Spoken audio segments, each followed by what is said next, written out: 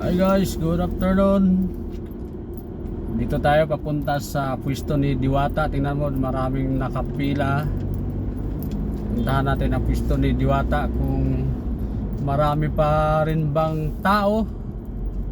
Tingnan natin. Ito na guys. Pag pumunta kayo dito, search nyo na lang yung GSIS.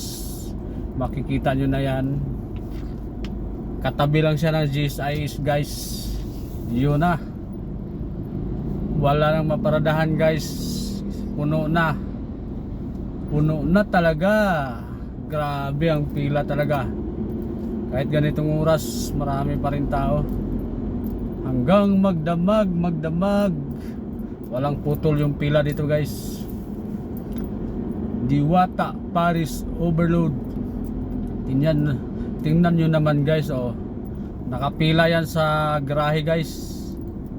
Papasok ng garahe papunta sa Diwata Overload, Paris Overload. Tingnan mo guys, yun oh. Ang dami pa rin oh. Tingnan mo guys, oh, nakapila. Nakapila yan guys, akala mo ano yan ha. Oh. Ang dami. Slow mo. Nakapila yan guys.